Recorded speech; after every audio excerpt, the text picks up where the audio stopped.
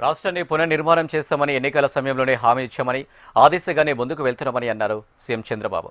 ఇచ్చిన హామీలను 20 నెలల్లో పూర్తి చేస్తామని తెలిపారు. ఏ పని తలపెట్టినా మద్దతిస్తున్న పవన్ కళ్యాణ్కు ధన్యవాదాలు చెప్పారు. ఈ ప్రాజెక్టు తీసుకొచ్చేందుకు ప్రణాళికబద్ధంగా పనిచేసిన లోకేష్కు కూడా అభినందనలు చెప్పారు. 5465 ఎకరాల్లో ఆర్సెల్ఆర్ స్టీల్ ప్లాంట్ ఏర్పాటు కాబోతుందని అన్నారు. దీని ద్వారా 1,00,000 మందికి ఉపాధి లభిస్తుందని చెప్పుకొచ్చారు. ఈ ప్లాంట్తో ఈ ప్రాంత రూపురేఖలే మారిపోతాయని వ్యాఖ్యానించారు.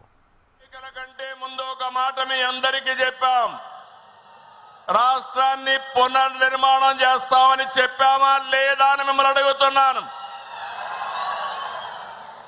అభివృద్ధి, సంక్షేమం, సుపరిపాలన ఇవన్నీ 3 చేస్తామని చెప్పి 20 నెలల్లో చేసి చూపించిన ఘనత ఈ కూటమి ప్రభుత్వానిదని మరొక్కసారి మీ అందరికీ విజ్ఞప్తి చేస్తున్నాను.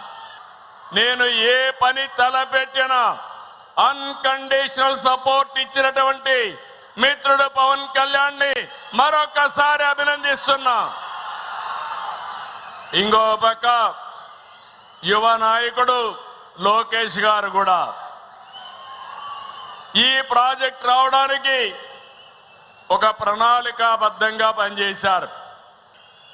ఈరోజు ఇక్కడుండే మీరందరూ గుర్తుపెట్టుకోవాలి, 5465 ఎకరాల్లో వస్తున్న ఈ భారీ పరిశ్రమ ప్రత్యక్షంగా పరోక్షంగా 1,00,000 మందికి ఉద్యోగాలు వస్తాయి.